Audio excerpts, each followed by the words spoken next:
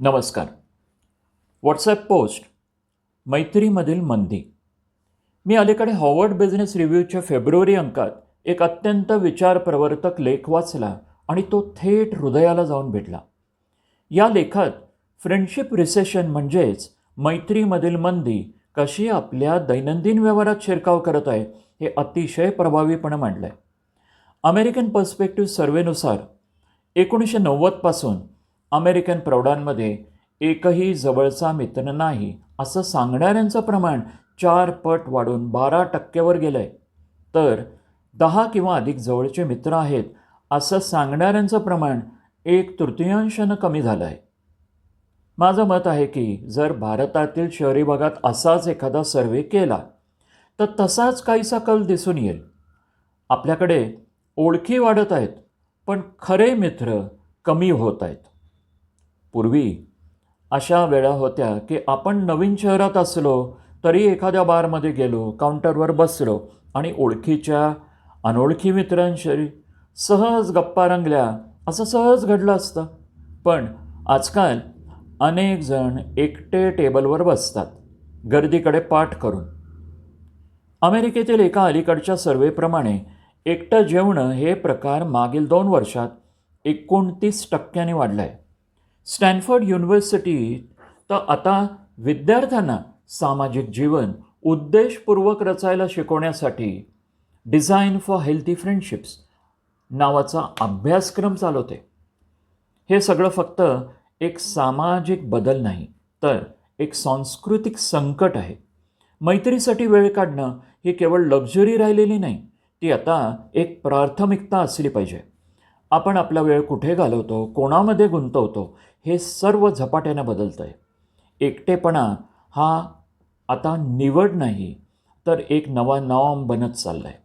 आणि जर योग्य पद्धतीने वापरला गेला नाही तर हा एकटेपणा मित्र न बनवण्याचीच नाही तर मैत्री टिकवण्याचीही क्षमता गमावून बसण्याचं कारण बनतो.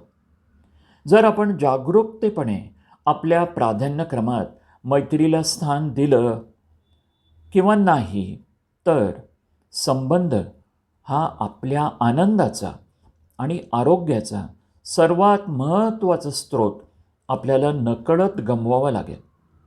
पूर्वी जिथे नैसर्गिकरित्या मैत्री फुलायची अशा संस्था, धार्मिक कार्यक्रम, क्लब्स, क्रीडा संघटना, रोटरीसारख्या संस्था या आता संख्येनं आणि प्रभावानं दोन्ही प्रकारे कमी होत चालल्या आहेत. आता आपण आधीपेक्षा अधिक स्वतःमध्ये गुंततोय. सोशल मीडिया, कुटुंबातील जबाबदाऱ्या, पालकत्व, पाळीव प्राणी यांच्यात. हो, पाळीव प्राणी. माझ्याच अनेक मित्रांनी भेटीला येणं केवळ पाळीव प्राण्यांच्या कारणास्तव टाळलं आहे.